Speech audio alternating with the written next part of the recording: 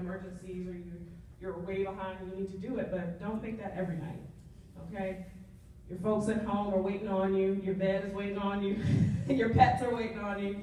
Don't spend all your evenings at home working. And then remember what you wanted to be and what you really want to be when you grow up. We continue to grow. What is it that you really, really want to do? You know, you are a surgeon by trade right now, but is that, when you were a little girl, is that what you dreamt of being? You know, did you always want to bake? One of our movement medicine docs is a baker, right? Did you want to make clothes? Did you want to be a NFL cheerleader?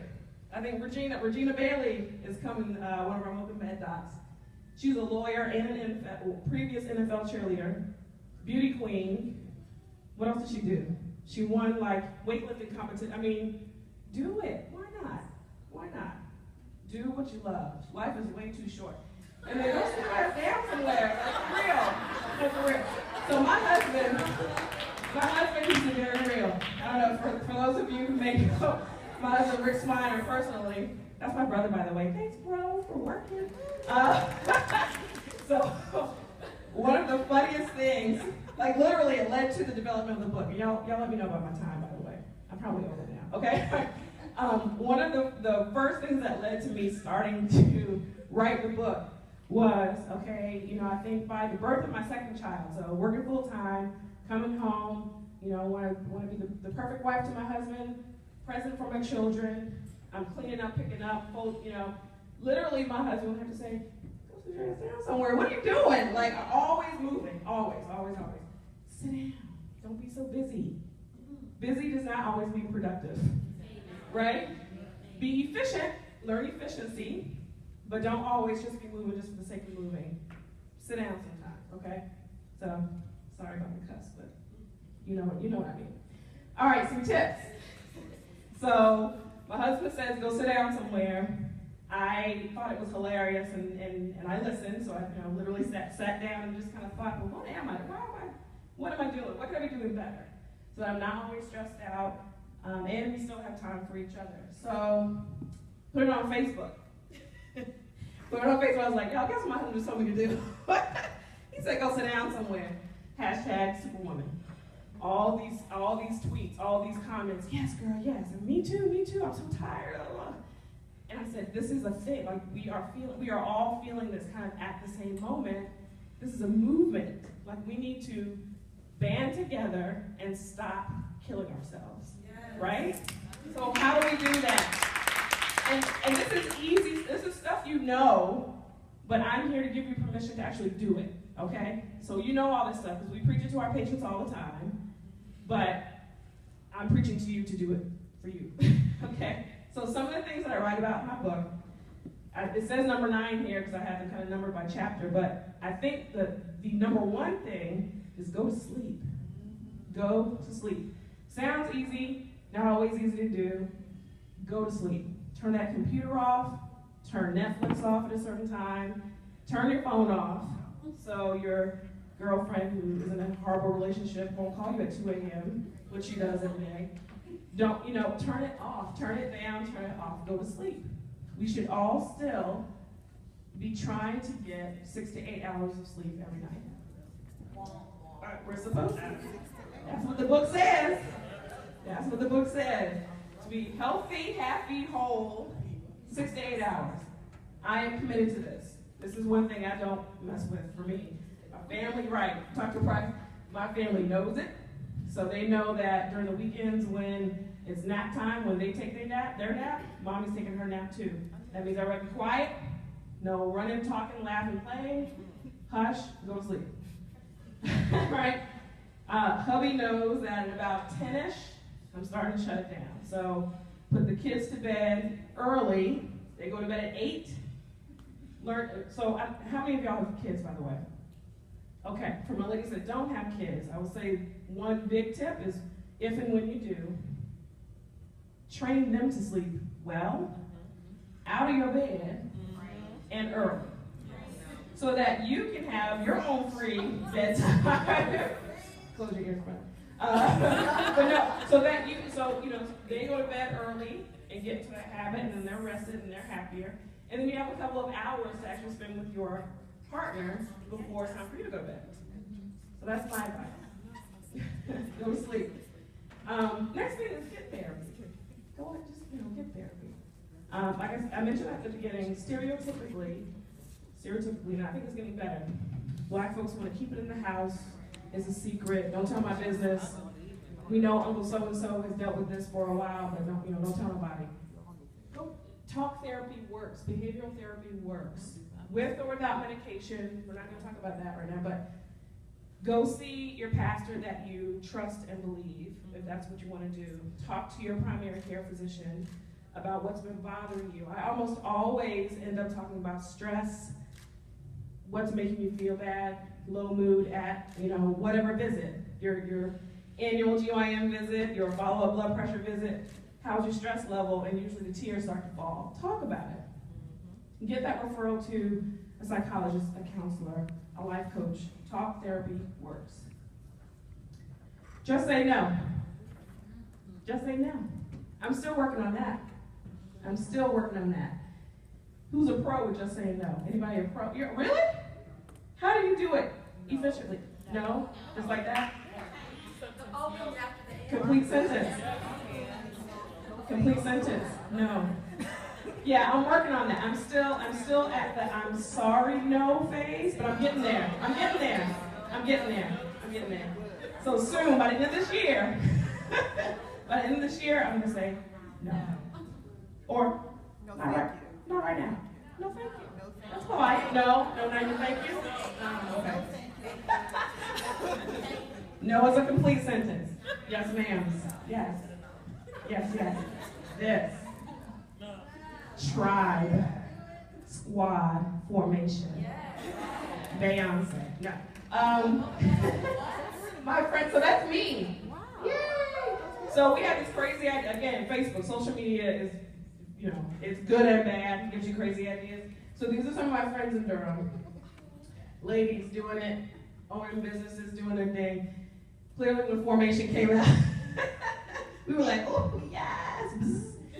Beehive. Like, oh, we didn't do our own picture. And so we did it, So we did it for fun. One of my patient's sisters is a photographer. She wanted to get more stock in her profile. And I said, okay, well, I'm gonna take some pictures for headshots and books and all that. I was like, y'all, join me here at 2 p.m. We're black and white.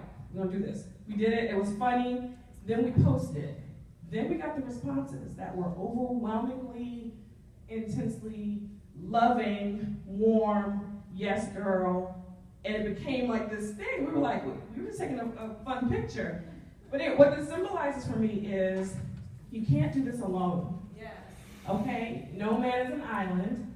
Again, stereotypically, even though I think it's getting better, whether it's reality TV and Love and Hip Hop and all these reality shows that depict us as fighting against one another and competing against one another and hating one another. Love your sisters, lean on them, ask if they're okay, work together, collaborate. Maybe the dream, the thing that you want to accomplish, you can't do it on your own or you don't have the capital or the contacts to do it alone. Talk to your sisters. And be like, oh yeah, I have that idea too. That's great, let's do it together. I want to start a private practice, but I'm afraid 2 or 3 of your friends get together and do it. Or carpool, or babysit trade. Lean on others. It is not a sign of weakness. It's actually a sign of strength that you're okay within yourself to ask for help. So lean on your people. If you don't have a tribe, get you one. And then remove the toxic people from out of them. Mocha medicine, thank you.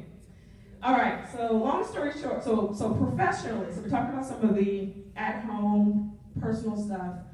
Professionally, what I'm doing to prevent burnout is I'm writing these books, which is fun. I teach students because it keeps me connected to the youth. I learn all the slang and all the new songs and all that stuff. But it keeps me fresh, it keeps my medicine fresh. I gotta be up to date on my stuff so I can teach them. It's fun. It's not as mundane as just your 9 to 5, diabetes, high blood pressure, pap smears all day long, which is fun sometimes. I don't want to make it sound like that. But it's fun to see their faces when you show them something or teach them something, so that keeps you hyped about what you're doing. Again, because I've been in practice for a while and I'm in private practice, I have control over my schedule. For my challenging patients, I'm able to schedule them extra time. Okay, so maybe not 2 hours, but instead of 20 minutes, I know Ms. Johnson likes to talk about her grandchildren for the first 15 minutes. So we get a 40-minute visit so you can actually get some work done. As of this year, thank the Lord, Friday's off. Thank you, Jesus. That means less money in my pocket, but look how happy I am that I get to be here today instead of stuck in the office. And then hopefully as this stuff picks up, where I can speak and sell books and all that, I can subsidize my income a little bit. Or take a pay cut, but be the happier for it. We talked about leaving work at work. I changed my start and end time, actually shifted it up actually. So instead of 9 to 5, I work 7:30 to like 3:30, 4 o'clock, so that it works better for my kids' schedule. So I have a kindergartner now, the others in preschool, so I can drop them off, get straight to work, get off earlier, pick them up, go home, dinner time, bedtime. I have more time for that. Lunch is very important to me, not just because I like to eat, which clearly I do, but I need downtime in the middle of the day so I can catch my breath. So I can go outside and look at the sun. When I was being a really good girl, when the weather was a little less hot, I was taking my walk. I'm not doing that as much, I need to get back to that. But I need that break just to catch my breath so that I don't feel my brain is as clogged all day long. Have a wonderful staff. Treat them well so that they look out for you. They'll weed out those problem patients for you and try to put them off at the pass. Discharge patients who don't know how to behave.